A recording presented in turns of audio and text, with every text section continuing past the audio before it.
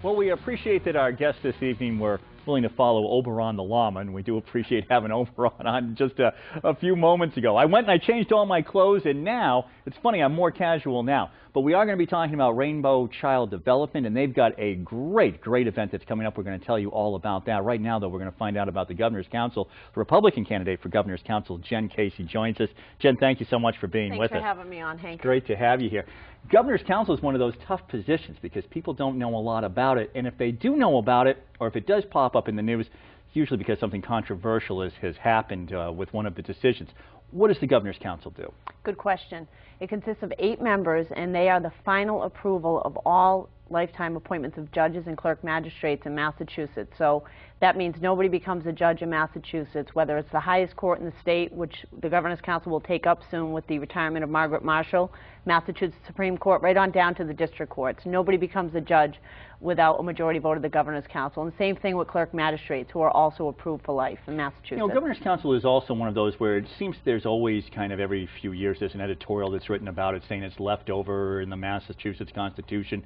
But that now in 2010, it's a redundant position, or it's a position that isn't really needed. Do we need a Governor's Council? I think we need a Governor's Council, but we need to look at their role, and we need to look at ways to improve the process. And I mean more accountability. When I've gone around throughout this campaign, there's 68 cities and towns in this district, the 7th district, primarily central Massachusetts. I would say conservatively 85 to 90% of the public, the taxpayers, have never heard of this position. They don't know what it is. And you know, when you're talking about lifetime appointments of judges, that is so important. I think we need to turn cameras on during confirmation hearings so taxpayers can see how the Governor's Council works, because it does have a reputation for being a rubber stamp, and the only way that you're going to remove that reputation or make the council work the way it was intended is to turn cameras on. A rubber stamp in that the governor says, here's who I would like to be a judge, then there is this sort of perfunctory vote. Yes. Yes, and there really, I mean, in my experience, what I'm told and what I know about it, there really aren't a lot of tough questions asked during that confirmation hearing process. And I think on average, one candidate over a decade is rejected. And you wonder why they have a reputation for being a rubber stamp. Right. So saying that, can you give me a decision in the last couple of years that would have impacted us as citizens of Massachusetts that the Governor's Council made? I will do that. To the highest court in the state, Deval Patrick appointed Margot Botsford. In 2009, she came down with a decision, Commonwealth versus Russell Corey. The Supreme Court ruled on that case, and it was a close decision. It wasn't a unanimous decision that said level 3 sex offenders cannot be forced to wear GPS devices if their convictions were pre-2006. You talk about the impact on public safety, our neighborhoods, our children. That's a real decision that has outstanding impacts on our towns and in our families. And the Supreme Court reaffirmed that decision this year in a Goodwin case. So there's an example of a woman who had a pretty bad track record on public safety, who got through the Governor's Council. I believe it was a 5-2 vote, so it was not unanimous, to be appointed to the highest court in the state, and now she's making these types of decisions. So that would be an important one, and based on her record as a Superior Court judge, I would not have voted to confirm her. Jen, it's actually been, I don't know how many times in the past we've actually had 2 people running for Governor's Council. I think some people that I've talked to have said, hey, don't they just appoint the Governor's Council? You're a Republican running in a year in which there's supposed to be sort of this Republican wave. Help, hurt, what are you feeling out there? Does it matter if you're Republican or Democrat when you're doing this job? For me, it doesn't matter. It's not about party politics. I'm a selectman in my hometown of Oxford. We work together with Democrats, Republicans, and independents. It's about asking the tough questions about where candidates, judicial candidates, stand on matters of public safety and victims' rights, and whether they would do all in their power to deport illegals who have been convicted of committing crimes, because it costs taxpayers $35,000 a year to keep them at the Worcester County House of Corrections. And lastly, whether they believe that they have a duty to uphold our Constitution and apply the laws, not to make the laws. That's not a Democratic issue. That's not a Republican issue. That's an issue that all people care about. And those are the types of questions that I'll ask. Party affiliation means nothing to me, but I'm a fiscal conservative trapped in Massachusetts who went to the Republican Party, but I'm very much mainstream as far as social issues are concerned. Jen, as I said, it's been contentious, and I think that a lot of people have read about what you've called Tomatogate, but your opponent is using it to question your ethics. From your standpoint, tell us about this. I think it's an act of desperation on his part. I really do. He, as an attorney, he understands that what I received, we're talking 1998, so this is an issue that's over a decade old. I was a first-term selectman. I was 24, 25 years old. I participated on a fruit stand permit in Oxford and abstained on the ultimate vote, and this gentleman got his permit 3-0. And in fact, if anything, when the Ethics Commission contacted me, I sent them written statements about what types of questions I asked, and I asked about public safety questions because it was a dangerous intersection. Your family owns a fruit stand. Yes, my father owned my dad was 62 or 63 at the time, and he had a vegetable permit. So it really, I mean, I received a letter. I said, thank you very much. They said, you shouldn't have participated.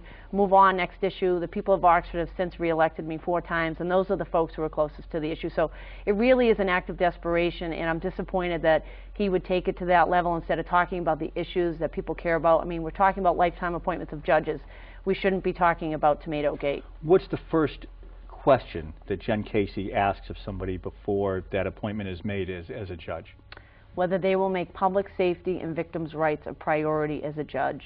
And that I would specifically ask them on that type of issue, whether they support mandatory sentencing for level 3 sex offenders and back to the deportation of illegals who have been convicted of committing crimes. Will they do all in their power? And that means when it comes to sentencing, for a judge to make sure that probation has checked with ICE, which used to be INS, now it's Immigration and Customs, to make sure that everything has been done so the feds can come and pick up this person so they don't reoffend in our country and there's no adequate remedy for the victims. So public safety and victims' rights are really my #1 priority.